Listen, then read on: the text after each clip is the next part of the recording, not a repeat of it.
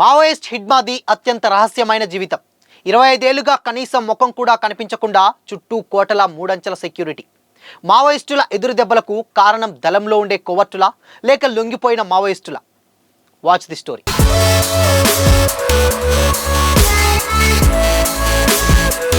నమస్తే, welcome to Disha TV. Andhra Pradesh Odisha బార్డర్లోని Maredumilli tiger zone ప్రాంతంలో మంగళవారం ఉదయం పోలీసులు మావోయిస్టుల మధ్య జరిగినటువంటి ఎదురు కాల్పుల్లో 6 మావోయిస్టులు మృతి చెందినట్లు డీజీపీ హరీష్ కుమార్ గుప్తా ప్రకటించారు. ఈ ఎన్కౌంటర్లో Maoist party action team secretary top commander Madvi Hidma, ఆయన భార్య రాజీ అనుచరులు చెల్లూరి నారాయణ అలియా సురేష్, టెక్ శంకర్లు మృతి చెందినట్లు తెలిపారు. మద్వి హిడ్మాపై కోటి అండ్ ఆయన భార్యపై 50 లక్షల రివార్డు ఉంది. ఛత్తీస్గఢ్లోని సుక్మా జిల్లా పూవర్తి గ్రామానికి చెందిన people's liberation guerrilla army platoon 1 కమాండర్గా కేంద్ర కమిటీ సభ్యుడిగా ఉన్నారు.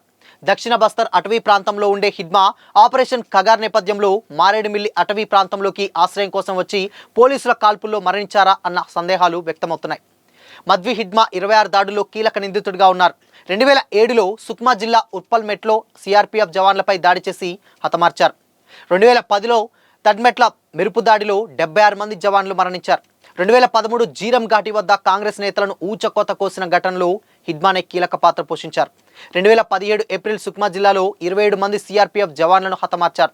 2021 ఏప్రిల్ 4న బీజాపూర్ జిల్లా తరెంలో హిడ్మా పన్నినటువంటి వ్యూహంలో చిక్కుకొని 23 మంది జవాన్లు మరణించారు. మంగళవారం ఉదయం 6 గంటల నుంచి 7 గంటల మధ్య పోలీసులు మావోయిస్టుల మధ్య ఎదురు కాల్పులు జరిగాయి.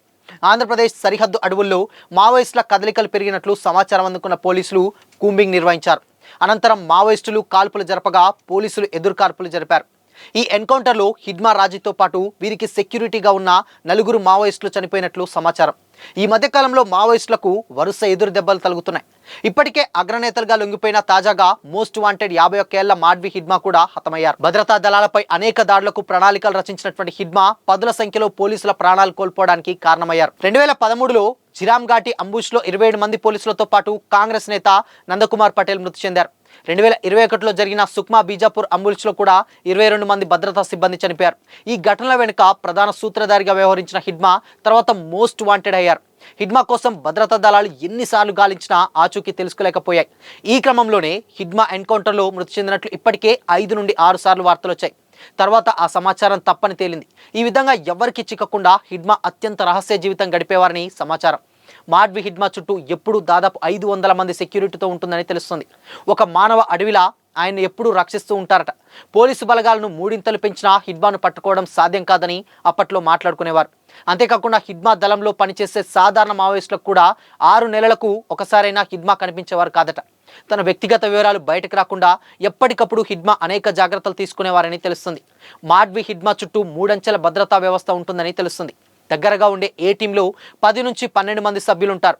మధ్యలో ఉండే బి టీంలో 20 నుంచి 22 మంది, బాహ్య భద్రతా వలయంలో 15 మంది వరకు సభ్యులు హిడ్మాకు రక్షణగా ఉంటారట. ఇక తన దళంలో ఇతరులకు వండే ఆహార పదార్థాలను కూడా హిడ్మా తినడని సమాచారం. ఆయన కోసం ప్రత్యేకంగా వంటలు తయారు చేస్తారని చెబుతారు. కాగా హిడ్మా వ్యక్తిగత అవసరాల కోసం 2 సిబ్బంది ప్రత్యేకంగా ఉంటారని ప్రచారం జరుగుతుంది. మావోయిస్టులు ఎక్కడైనా క్యాంపింగ్ వేస్తే హిడ్మా అందరితో కలివిడిగా ఉండేవారు కూడా కాదట. ప్రత్యేక క్యాంపులో ఉండేవారట. ఎవరైనా హిడ్మాను కలవాలంటే తన పర్సనల్ అసిస్టెంట్ల ద్వారా సంప్రదించాల్సి వచ్చేదట.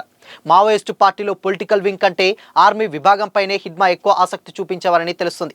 ప్రస్తుతం Hidma people's liberation guerrilla army company 1కి కమాండర్గా ఉన్నారు. Dandakaranya special zonal committee, central regional bureau, Telangana కమిటీలకు ఈ దళం రక్షణ కల్పిస్తున్నట్లు తెలుస్తుంది. అయితే హిడ్మాను అంతమొందించడానికి భద్రతా బలగాలు అనేక ప్రణాళికలు రచించినట్లు కూడా ప్రచారం జరుగుతుంది. అందులో భాగంగా తమ ఉచ్చులోకి హిడ్మాను లాగినట్లు తెలుస్తుంది. ఇటీవల లొంగిపోయినటువంటి మావోయిస్టుల ద్వారా సమాచారం రాబట్టి పోలీసులు ఉచ్చు బిగించారనే ప్రచారం కూడా జరుగుతుంది.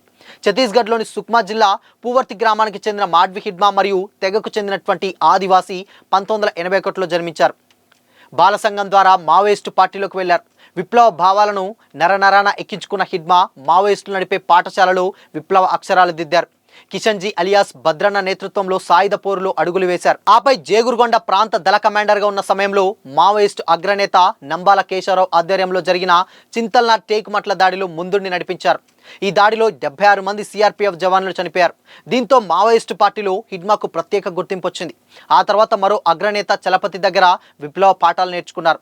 మాడ్వి హిడ్మా దాదాపు 25 ఏళ్ల క్రితం అజ్ఞాతంలోకి వెళ్లిన హిడ్మా అప్పట్లో మావోయిస్టు పార్టీ కేంద్ర కమిటీలో అతి చిన్న వయస్కుడిగా ఉన్నాడు. హిడ్మా రాజీ అలియాస్ రాజక్కను వివాహం చేసుకున్నారు. ఆమె డివిజనల్ కమిటీ సభ్యురాలిగా పనిచేశారు. అంతేకాకుండా దళంలోనే టీచర్గా పాఠాలు చెప్పారు. రాజీపై కూడా 50 లక్షల వరకు రివార్డు ఉంది. People liberation guerrilla army commander Dandakaranya special zonal committee సభ్యుడిగాను మాడ్వి హిడ్మా పనిచేశారు. ఇక మావోయిస్టు దళాలకెల్లా అత్యంత శక్తివంతమైనటువంటి దళంగా హిడ్మా దళం పేరు పొందింది. భారీ దాడుల్లో పాల్గొంటూ భద్రతా దళాలకు మోస్ట్ వాంటెడ్ అయ్యారు. అనేక సార్లు భద్రతా దళాలకు చిక్కినట్లే చిక్కి తప్పించుకున్నారు. అంతేకాకుండా మాడ్వి హిడ్మాకు తెలుగుతో పాటు మరికొన్ని భాషలపై కూడా పట్టుంది.